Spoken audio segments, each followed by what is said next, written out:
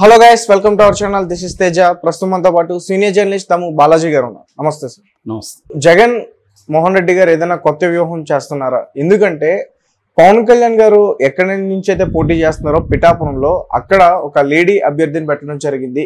అలాగే బాలకృష్ణ హిందూపురం నుంచి పోటీ చేస్తున్నారు, అక్కడ కూడా ఒక లేడీ అభ్యర్థిని పెట్టడం జరిగింది. అలాగే మంగళగిరిలో కూడా లోకేష్ గారు ఆపోజిట్ గా ఒక లేడీ అభ్యర్థినే పెట్టారు, లావణ్య. సో ఎందుకు వీళ్ళ ముగ్గురి పోటీ చేస్తున్న స్థానంలో లేడీస్ మాత్రం ఎందుకు పెట్టారు ఆయన?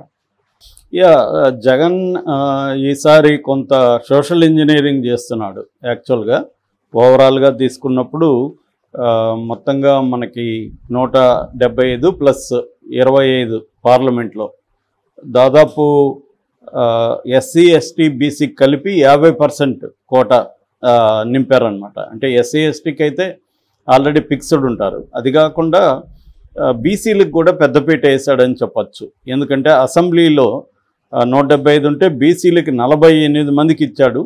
అట్లాగే 25లో 11 మందికి బీసీలకి ఇచ్చాడు. సో ఆ రకంగా తీసుకున్నప్పుడు 48 ఒక 11 59 మందికి బీసీలకి ఇచ్చాడు. ఇంకే పార్టీ కూడా ఇప్పటివరకు ఇలా ఇవ్వలేదన్నమాట.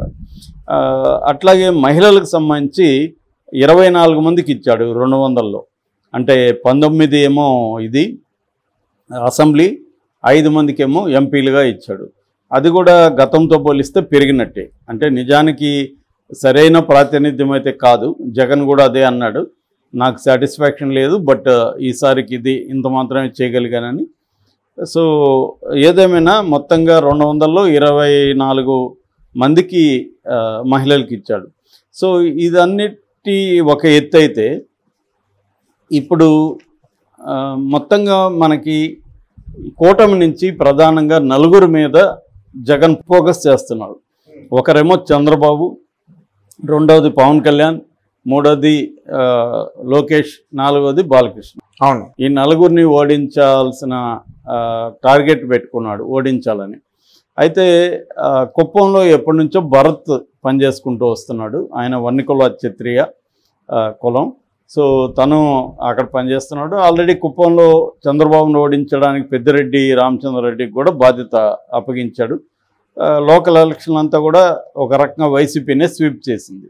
మరి ఇప్పుడు ఏం జరుగుతుందో చూడాలి. అక్కడ మొన్ననే హంద్రీని జలాలను కూడా ఇచ్చారు. తర్వాత అక్కడ అనేక అభివృద్ధి కార్యక్రమాలను కూడా జగన్ చేస్తున్నాడు. సో అదొకటి. ఇక ఇప్పుడు టాపిక్ ఏంటంటే అందరూ కూడా చర్చించుకుంటుండేది ఒక విచిత్రమైన విషయం కనబడుతుంది.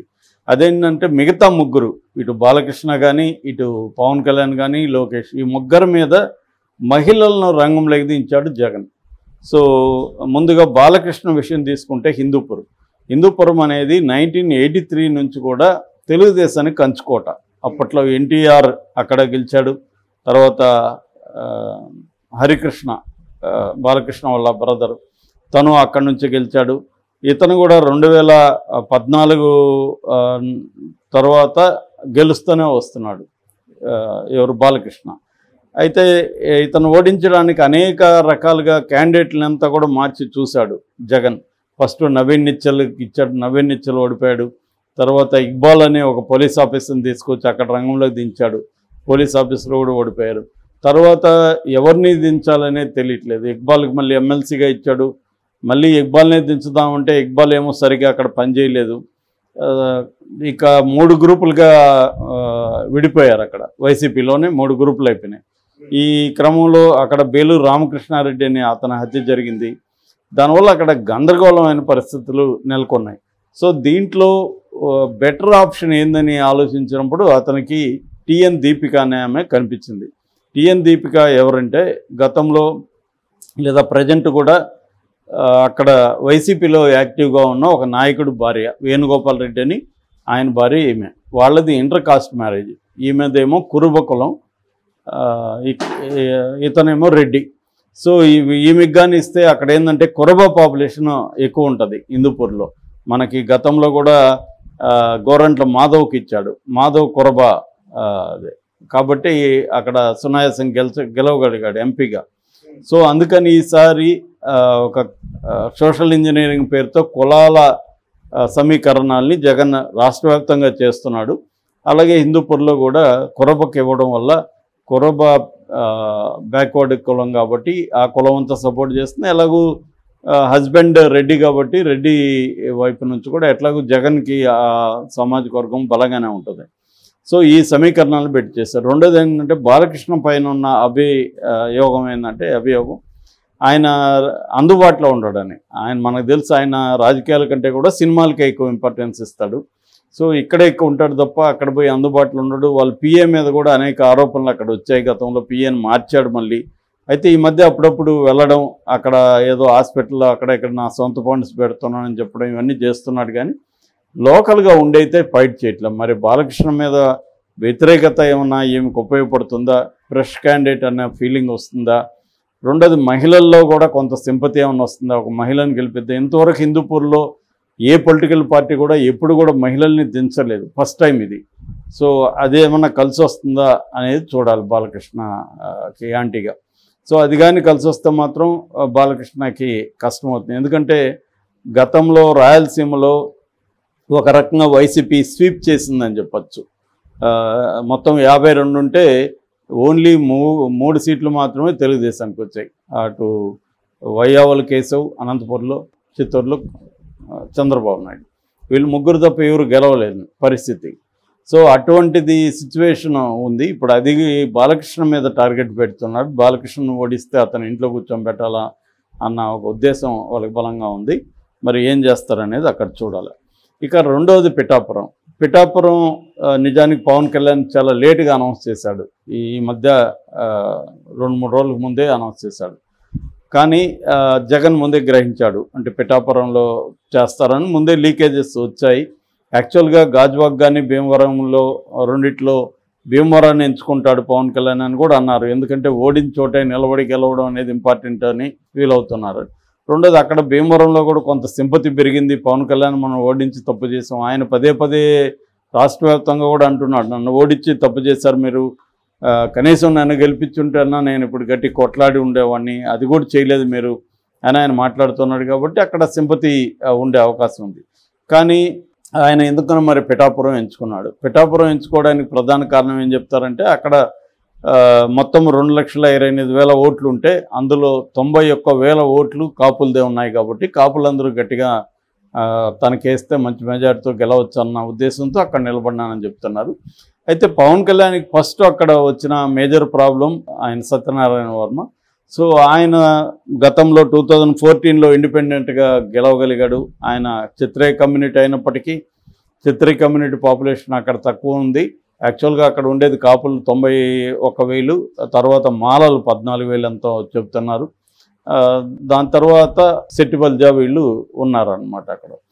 ఈ క్రమంలో ఆయన గెలవగలిగాడంటే అది వ్యక్తిగత దీనిగానే మనం చెప్పుకోవాలి. ఎందుకంటే ఆయన అందుబాటులో ఉండడం, జనాలకి నిరంతరం ప్రజల్లో ఉండడం, ఇవన్నీ పనిచేసాయి. బట్ 2019లో పెన్నెం హరిబాబు చేతులు ఆయన కూడా ఓడిపోయాడు. దానికి ప్రధాన కారణం రాష్ట్ర వ్యాప్తంగా కూడా ఒక జగన్ వేవ్ వచ్చింది. ఆ వేవ్లో వర్మ కూడా ఓడిపోయాడు.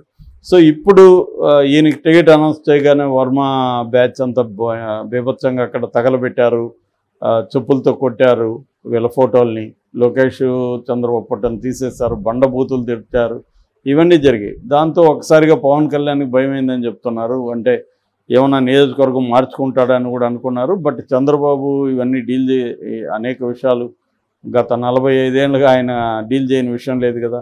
సో ఆ వర్మను పిలిచి నీకు ఎమ్మెల్సీ ఇస్తాను, అది కూడా ఫస్ట్ బ్యాచ్లోనే ఇస్తానని హామీ ఇచ్చినాడని చెప్తున్నారు. సో ఆ హామీని అనుసరించి అతను పోయి కూల్ చేస్తారని చెప్తున్నాడు, నేను గెలిపిస్తానని చెప్తున్నాడు. యాక్చువల్గా వర్మ గత కొంతకాలంగా అసలు పవన్ కళ్యాణ్ ఇక్కడికి రావద్దు, నేను గెలిపించి ఆయనకి గిఫ్ట్గా ఇస్తానని చెప్పిన వ్యక్తి సడన్గా రివర్స్ అయ్యాడు. ఇప్పుడు మళ్ళీ యూటర్న్ తీసుకొని మళ్ళీ యూటర్న్ తీసుకున్నాడు. ఏదేమైనా అది మంచి విషయం పవన్ కళ్యాణ్కి. అయితే వంగ గీతను అక్కడ జగన్ నిలబెట్టాడు. వంగ గీత దాదాపు 60 ఏళ్ళ ఆమె సీనియర్ పొలిటీషియన్. యాక్చువల్గా ఆమె నాగపూర్ యూనివర్సిటీలో లా చేసింది, అడ్వకేట్గా స్టార్ట్ చేసింది. బట్ రాజకీయాల్లోకి వచ్చి 1989లో అంటే చాలా అర్లీగానే ఆమె తెలుగుదేశంలో చేరింది. ఫస్ట్ తెలుగుదేశంలో ఉండింది, తర్వాత కాంగ్రెస్లో నుంచి ఎమ్మెల్యేగా గెలిచింది, ప్రజారాజ్యం నుంచి కూడా ఎమ్మెల్యేగా గెలిచింది ఆమె. ఆమెకి కూడా బాగా పట్టుంది. మొన్నటి వరకు ఆమె కాకినాడ ఎంపీగా ఉన్నది, ఇప్పుడు ఇక్కడ నిలబెట్టారు. కాపు ఓట్లను ఖచ్చితంగా చేల్చగలదు. కానీ పవన్ కళ్యాణ్కు ఉండే కరిష్మాకి ఆమె నిలబడుతుందా లేదా అన్నది చూడాలి. రెండోది ఏంటంటే ఆమె లోకలు మహిళా ఓటర్లు ఆమెకు అండగా నిలబడే అవకాశం ఉంది. ఏదేమైనా ఈజీ అయితే పవన్ కళ్యాణ్ కాదు, కొంత టఫ్గానే ఉంటుంది. అక్కడ డబ్బులు కూడా జగన్ పెద్ద ఎత్తున కుమ్మరించే అవకాశాలు కూడా ఉన్నాయి. ఇక మూడవది లోకేష్ మంగళగిరి. ఇక్కడ మంగళగిరిలో రకరకాల ప్రయోగాలు చేసుకుంటూ వచ్చారు. 2 సార్లు అక్కడ ఆళ్ల రామకృష్ణారెడ్డి గెలిచాడు. లాస్ట్ టైం లోకేష్ మీద 533 ఓట్ల మెజార్టీతో ఆళ్ల రామకృష్ణ గెలిచారు.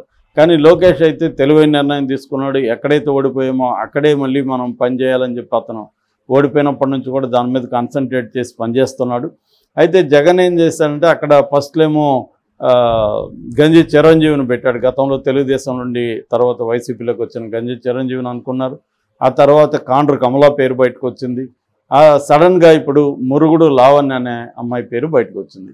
అసలు ఎవరు ఈ మురుగుడు లావణ్య అంటే, ఈ అమ్మాయికి కూడా ఇటు అత్తింటి వారి వైపు నుంచి తల్లి ఇంటి వారి వైపు నుంచి కూడా మంచిగా, అమ్మగారింటి వైపు నుంచి కూడా మంచిగా పొలిటికల్ బ్యాక్గ్రౌండ్ ఉంది. ఈమె ఎవరో కాదు, కాండ్రు కమల కూతురే. కాండ్రు కమల ఇంతకుముందు ఎమ్మెల్యేగా గెలిచిన వ్యక్తి. కాబట్టి వాళ్ళ మామ మురుగుడు హనుమంతరావు ఆయన కూడా ఎమ్మెల్యేగా గెలిచాడు. అంటే వాళ్ళు 2 సార్లు, ఆయనైతే 2 సార్లు గెలిచాడు. 99లో 2004లో హనుమంతరావు ఎమ్మెల్యే, 2009లో కాండ్రు కమల ఎమ్మెల్యే. ఇప్పుడు వైసీపీ ఖాతాలో 2009 నుంచి 2019 వరకు ఎమ్మెల్యేలు వైసీపీ వాళ్ళే అనుకోవచ్చు మనం. ఎందుకంటే వీళ్ళిద్దరట్టు వచ్చారు. 2014లో 19లో మనకి ఆళ్ల రామకృష్ణారెడ్డి గెలిచారు. సో అంటే 2009 నుంచి 19 వరకు దాదాపు 10 ఏళ్ల పాటు అక్కడ డామినెంట్గా ఉన్న వ్యక్తులు అంతా ఇప్పుడు మురుగుడు లావణ్యకి అండగా ఉన్నారు. సో అది చాలా పెద్ద బలమే అని చెప్పచ్చు. రెండోది అక్కడ మంగళగిరిలో పద్మశాలి పాపులేషన్ చాలా స్ట్రాంగ్గా ఉంటుంది. ఈమె పద్మశాలి కాబట్టి అది కూడా కలిసి వచ్చే అంశము. సో ఒక పక్క ఆళ్ల పనిచేస్తున్నాడు, ఒక పక్క కాండ్రు కమల ఉంది, ఒక పక్క హనుమంతరావు ఉన్నాడు. ఈమెకి చాలా బలం అయితే ఉంది. లోకేష్కి అంత ఈజీ విన్ అయితే కాదు, చాలా టఫ్ అనుకోవాలి. కానీ జగన్ అయితే చాలా గట్టిగానే లోకేష్ని ఇక్కడ బిగించినట్టుగా మనకు అర్థమవుతుంది. మరి ఇది ఏం జరుగుతుంది అనేది మనం చూడాలి. Okay sir, thank you so much.